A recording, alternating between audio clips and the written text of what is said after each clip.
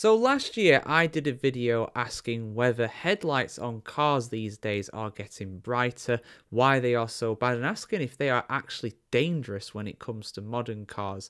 It's not something that you're imagining. These are getting brighter, they are getting more dangerous. That is something that is without a doubt a thing now. I basically spoke about that in detail and gave my thoughts about it. I gave some information, some stats. I think it was actually from the RAC website where I did speak through a little bit of findings that they found there, but it wasn't in that much depth really. But the RAC has released a new article, a new study that they've done, and it's downright scary. And this is a problem that is only getting worse. It is not something that's getting better.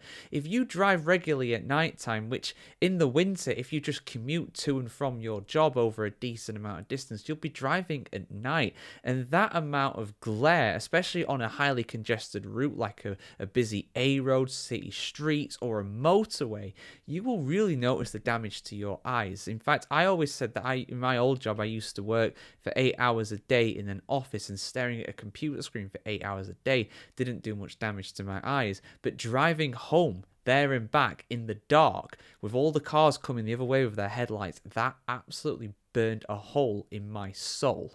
It was honestly horrible, and I never want to do something like that again. And this is coming from somebody who records videos at nights and has an external light up there.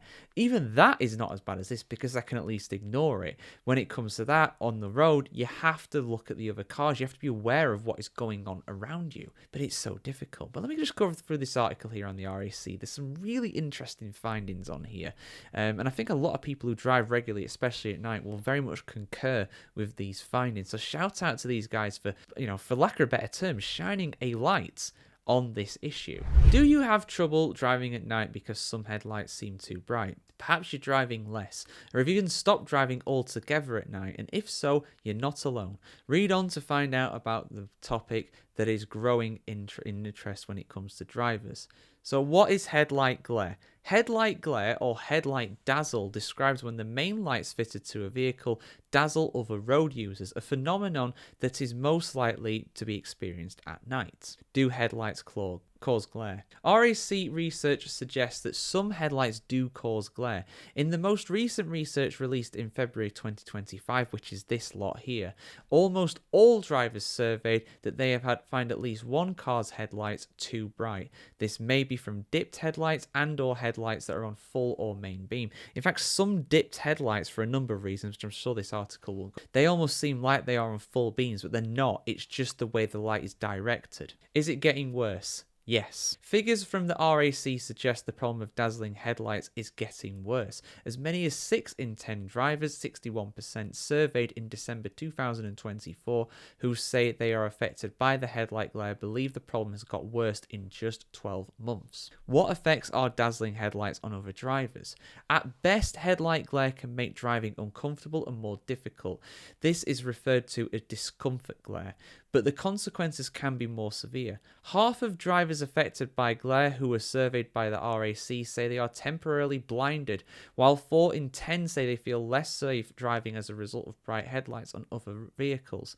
Others report tiredness, headaches, and even migraines. I used to get headaches sometimes. I'm one of those people. The effects here. So 59% say that they feel uncomfortable when driving and driving is more difficult. 53% say that they've been temporarily blinded while driving. Over half. That is horrible. 41% say that they feel less safe while driving. 31% say they feel less confident when driving. 17% say that they believe bright vehicle lights make them feel tired, fatigued while driving. Yes, absolutely. I have suffered eye pain while driving or soon afterwards. That was the response of 10% of people. 9% of people said they have had headaches when driving, and 4% believe that bright vehicle lights give them migraines. But as alarming as this problem is, the proportion of drivers affected by glare who say they have been either reduced by the amount they drive at night or have stopped driving completely. Impact of headlight glare on people driving at night. 5% have said that they have stopped driving at night completely due to other vehicles' headlights being too bright.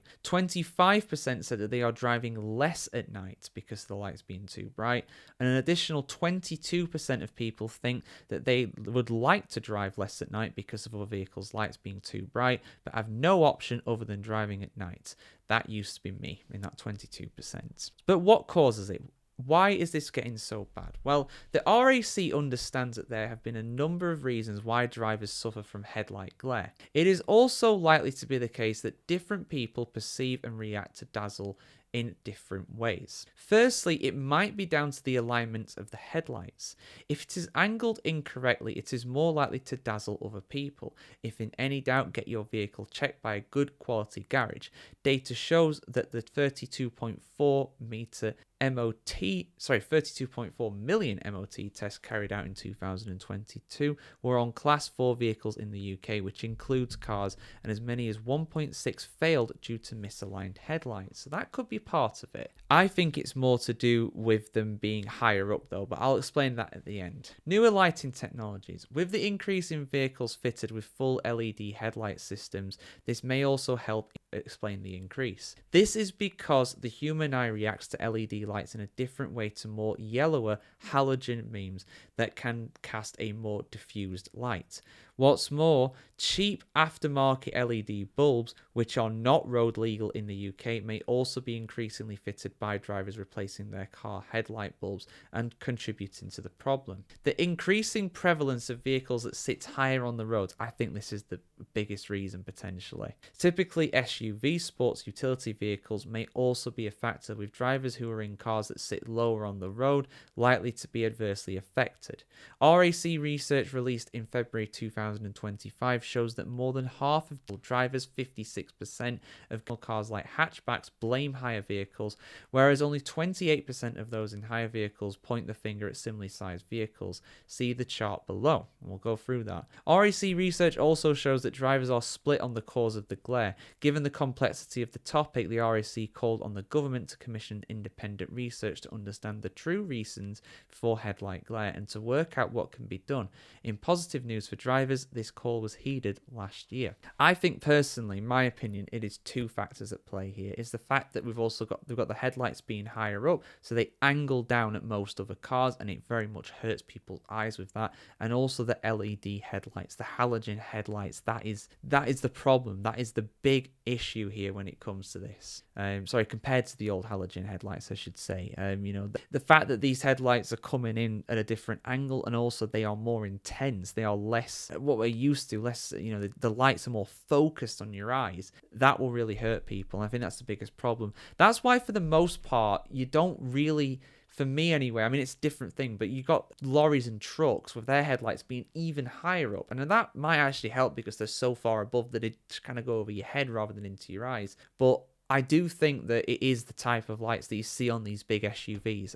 Because for the person in the car that's using them, it's great. They can see so much, but it absolutely blinds the other people on the road. I think it's awful, to be honest. But what does the law say about this? Is there anything that can be done? Well, according to the Highway Code, Rule 114 states that drivers must not do the following: use any lights in any way which would dazzle or cause discomfort to other road users, including pedestrians, cyclists, and horse riders.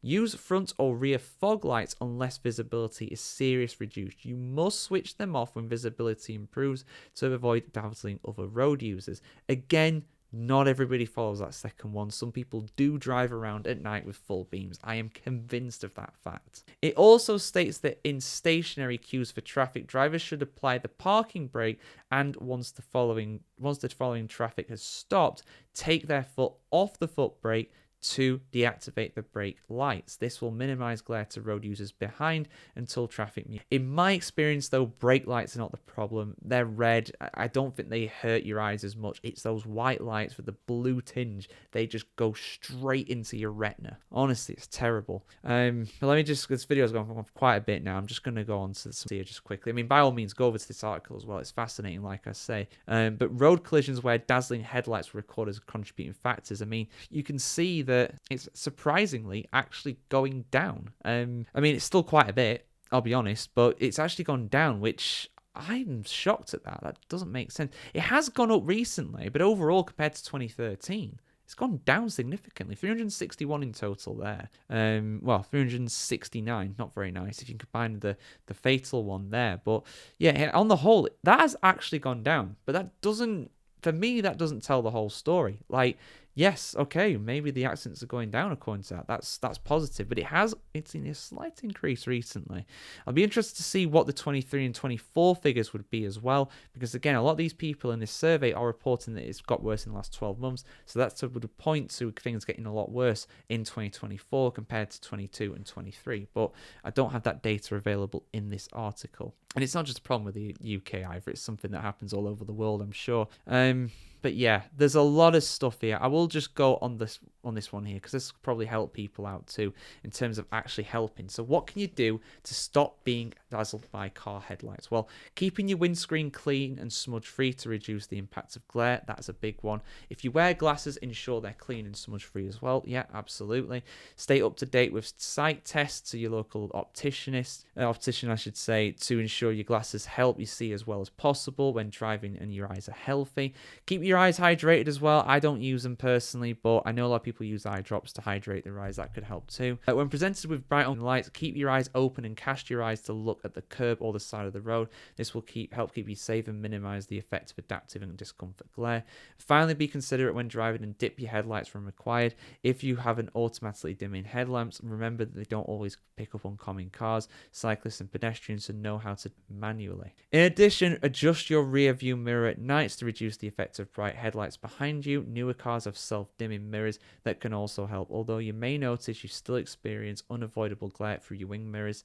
That's a good big one as well. Seeing it through your wing mirrors when someone's coming up on you on like a motorway or a second lane on a road. If you're dazzled when driving, it's important to safely slow down or even stop your vehicle until vision improves. Well, you'll be waiting a while in that case in most places in the UK, to be honest. The other thing I would say as well, I mean, again, I don't use them personally, but I know a lot of people do talk about those yellow tinted glasses. You can wear them for night. They're like specifically for night driving. Apparently those work very well. I've never used them personally, but they're like some sort of a yellow tint on your glasses, so that could potentially help too. But yeah, I mean, honestly, it's a problem that's going until this gets regulated properly. It's not going to change. And the thing is as well, it's never going to get regulated until the government does do that independent research. If they do that and the findings get, pretty conclusive when it comes to that, I imagine they would do that, but it's going to take time. So we're not going to see anything change anytime soon. But yeah, like I said, for me, in my opinion, the biggest contributing factors is without a doubt the fact that we've got cars that are higher up, the SUVs are a lot more popular, and these cars typically have headlights that have these LED headlights on them, and they just absolutely cook your eyes alive. And people are always going to want them because from their point of view it's cooler and they're not as affected by it. If another SUV does the same thing with the headlights to another SUV, it's not as bad because they're on a level playing field. But when you've got the hatchbacks and any other body type of car like mine, I get it all the time. It's honestly horrible. It's terrible. And going around a country road at night time, it really can cause problems.